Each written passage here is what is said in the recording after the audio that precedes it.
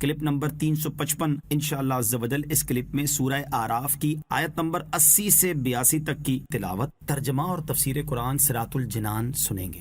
بسم اللہ الرحمن الرحیم، اللہ کے نام سے شروع جو نہایت مہربان رحمت والا ہے۔ وَلُوطًا إِذْ قَالَ لِقَوْمِهِ أَتَأْتُونَ الْفَاحِشَةَ مَا سَبَقَكُم بِهَا مِنْ أَحَدٍ مِّنَ الْعَالَمِينَ۔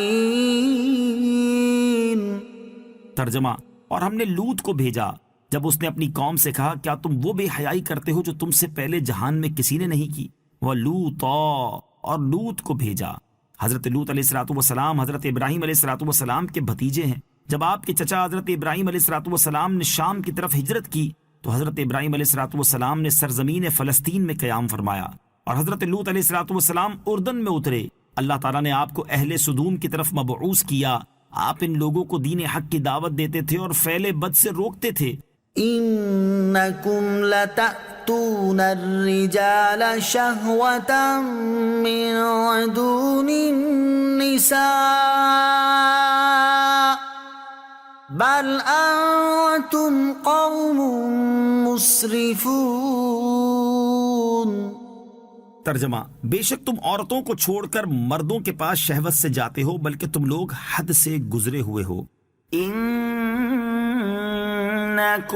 لتأتون الرجال شہوة، بے شک تم مردوں کے پاس شہوت سے جاتے ہو، یعنی ان کے ساتھ بدفعلی کرتے ہو، اور وہ عورتیں جنہیں اللہ عز و جل نے تمہارے لیے حلال کیا ہے انہیں چھوڑتے ہو۔ انسان کو شہوت اس لیے دی گئی کہ نسل انسانی باقی رہے اور دنیا کی آبادی ہو، اور عورتوں کو شہوت کا محل اور نسل چلانے کا ذریعہ بنایا کہ ان سے معروف طریقے کے مطابق اور جیسے شریعت نے اجازت دی اس طرح اولاد حاصل کی جائے۔ جب آدمیوں نے عورتوں کو چھوڑ کر ان کا کام مردوں سے لینا چاہا تو وہ حد سے گزر گئے، اور انہوں نے اس قوت کے مقصد صحیح کو فوت کر دیا، کیونکہ مرد کو نہ حمل ہوتا ہے اور نہ وہ بچہ جنتا ہے، تو اس کے ساتھ مشغول ہونا سوائے شیطانیت کے اور کیا ہے۔ علماء تاریخ کا بیان ہے کہ قوم لوط کی بستیاں نہایت سرسبز و شاداب تھیں، اور وہاں غلے اور پھل بکثرت پیدا ہوتے تھے۔ زمین کا دوسرا خطہ اس کی مثل نہ تھا، اس لیے جا بجا سے لوگ یہاں آتے تھے اور انہیں پریشان کرتے تھے۔ ایسے وقت میں ابلیس لعین ایک بوڑھے کی صورت میں نمودار ہوا اور ان سے کہنے لگا کہ اگر تم مہمانوں کی اس کثرت سے نجات چاہتے ہو تو جب وہ لوگ آئیں تو ان کے ساتھ بد فعلی کرو۔ اس طرح یہ فعل بد انہوں نے شیطان سے سیکھا اور ان میں رائج ہوا۔ وما كان جواب قومه إلا أن قالوا أخرجوهم من قريتكم إنهم أناس يتطهرون۔ ترجمہ، اور ان کی قوم کا اس کے سوا کوئی جواب نہ تھا کہ انہوں نے کہا ان کو اپنی بستی سے نکال دو، یہ لوگ بڑے پاک بنتے پھرتے ہیں۔ وما كان جواب قومه، اور اس کی قوم کا کچھ جواب نہ تھا۔ حضرت لوط علیہ السلام کے سمجھانے پر ان کی قوم کے لوگ ایک دوسرے سے کہنے لگے کہ حضرت لوط علیہ السلام اور ان کی پیروی کرنے والوں کو اپنی بستی سے نکال دو، یہ لوگ تو بڑی پاکیزگی چاہتے ہیں، یعنی گویا پاکیزگی ان کے لیے باعث استہزاء چیز بن گئی، اور اس قوم کا ذوق اتنا خراب ہو گیا تھا کہ انہوں نے اس صفت مدح کو عیب قرار دیا۔ اچھے عمل کو برا اور برے عمل کو اچھا سمجھنے کی اوندھی سوچ۔ اس سے معلوم ہوا کہ جب کسی کے دن برے آتے ہیں تو اسے اوندھی سوچتی ہے کہ اسے اچھی چیزیں بری لگنا اور بری چیزیں اچھی نظر آنا شروع ہو جاتی ہیں۔ آج کل کے حالات دیکھے جائیں تو ہمارے معاشرے میں بھی لوگوں کی ایک تعداد ایسی ہے جن میں یہ وبا عام نظر آتی ہے، اور یہ لوگ جب کسی کو دین کے احکام پر عمل کرتا دیکھتے ہیں تو ان کی طبیعت خراب ہو جاتی ہے، اور اس خرابی کے باعث داڑھی رکھنے کو برا اور نہ رکھنے کو اچھا سمجھتے ہیں۔ داڑھی والے کو حقارت کی نظر سے اور داڑھی منڈے کو پسند کی نظر سے دیکھتے ہیں۔ داڑھی والے کے ساتھ رشتہ کرنے کو باعث عار اور بغیر داڑھی والے سے رشتہ کرنے کو قابل فخر تصور کرتے ہیں۔ نماز روزے کی پابندی اور سنتوں پر عمل کرنے والے انہیں اپنی نگاہوں میں عجیب نظر آتے، اور گانے باجوں فلموں ڈراموں میں مشغول لوگ زندگی کی رعنائیوں سے لطف اندوز ہوتے نظر آتے ہیں۔ عورتوں کا پردہ کرنا فرسودہ عمل اور بے پردہ ہونا جدید دور کا تقاضا سمجھتے ہیں۔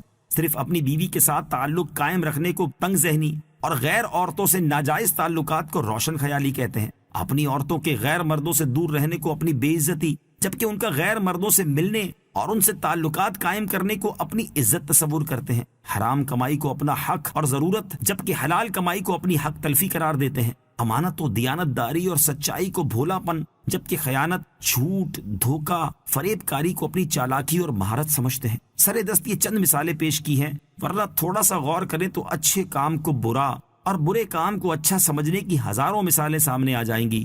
اے کاش مسلمان اپنے رب تعالیٰ کے اس فرمان پر غور کرے اور اپنی روش سے باز آ جائیں۔ اللہ تعالیٰ ارشاد فرماتا ہے، أَفَمَا زُيِّنَ لَهُ سُوءُ عَمَلِهِ فَرَآهُ حَسَنًا فَإِنَّ اللَّهَ يُضِلُّ مَن يَشَاءُ وَيَهْدِي مَن يَشَاءُ فَلَا تَذْهَبْ نَفْسُكَ عَلَيْهِمْ حَسَرَاتٍ إِنَّ اللَّهَ عَلِيمٌ بِمَا يَصْنَعُونَ۔ ترجمہ، تو کیا وہ شخص جس کے لیے اس کا برا عمل خوبصورت بنا دیا گیا تو وہ اسے اچھا ہی سمجھتا ہے؟ کیا وہ ہدایت یافتہ آدمی جیسا ہو سکتا ہے؟ تو بے شک اللہ گمراہ کرتا ہے جسے چاہتا ہے اور راہ دکھاتا ہے جسے چاہتا ہے۔ تو حسرتوں کی وجہ سے ان پر تمہاری جان نہ چلی جائے، بے شک اللہ خوب جانتا ہے جو کچھ وہ کرتے ہیں۔